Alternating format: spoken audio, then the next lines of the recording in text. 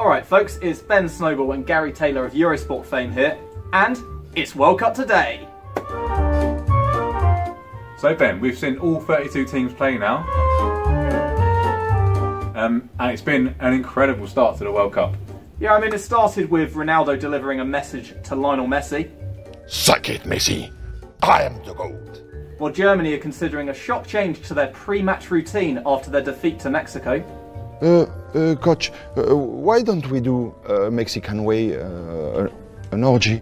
While the heavily fancied Brazil's 1-1 draw with Switzerland was overshadowed by a haircut. What do you think of my new haircut? Any more style? So Gary, I think it's fair to say that there hasn't been one outstanding team at the World Cup this year. The favourites have faltered slightly, but who's impressed you? My first choice would be Spain. Everyone expected them to implode after they sacked their manager. They still might implode, we should add. They might. Take out De Gea's era and just the outrageousness of Cristiano Ronaldo, and they're winning that game quite easily. True, but if you take out Harry Kane's 2 goals yesterday, Tunisia are winning that game. If you take out the 5 goals Saudi Arabia conceded in their first game, they beat Russia, or draw with Russia. Checkmate. So oddly, the team that have impressed me the most are Peru, and they lost 1-0 to Denmark, but they were the first team really at this World Cup which just showed complete disregard for kind of shape and just went attack, attack, attack, and it didn't work, but they created so many chances, particularly when they went behind against Denmark, to make me think that maybe they could still get through and shock France. I'm not buying it myself. Not buying it? No. You can't miss those sort of chances and expect to get results against the big nations. Just desperate to give my Peru shirt an airing. I bought it a while ago. I've yet to wear it at the World Cup, and I might not get a chance if they lose on Thursday. It is a sensational shirt, I'll give you that. My second team, Mexico, obviously shocking the world champions.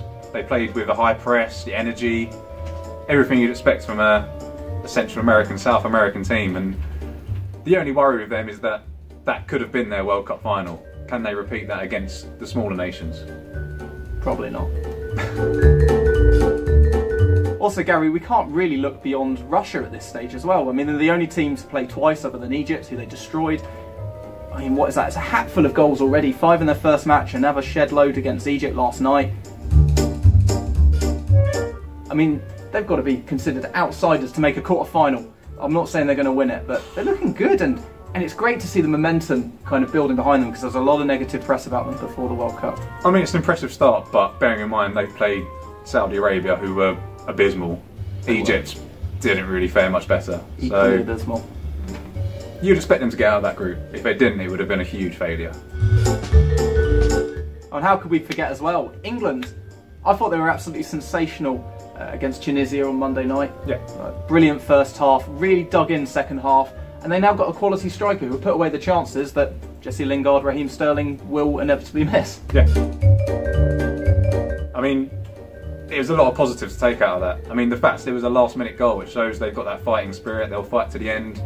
They've got this never say die attitude, which is something England haven't had for a long, long time.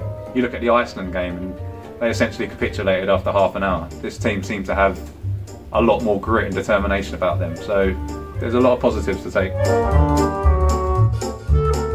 mean, I'd go as far as to say, lads, it's coming home.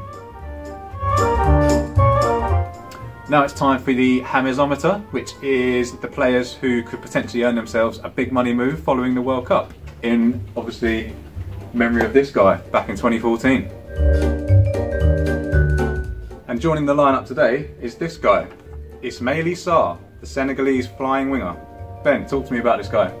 Yeah, he was absolutely electric against Poland. I use that word correctly because he was flying up and down the wing, particularly causing the Poland defence all sorts of problems. It was his pace that not only caught my eye, pretty much everyone on social media was chatting about him. Yeah. They were tweeting during the game, they were talking about this guy. I think he's at Rennes currently, he's only 20 years old, and while he didn't have like a standout moment in the game, I feel like he's a player to watch as the tournament progresses. Absolutely, that works for me.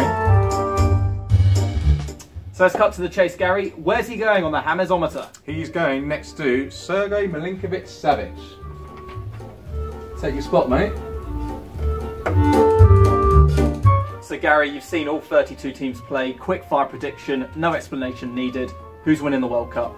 Spain. I'm going Brazil.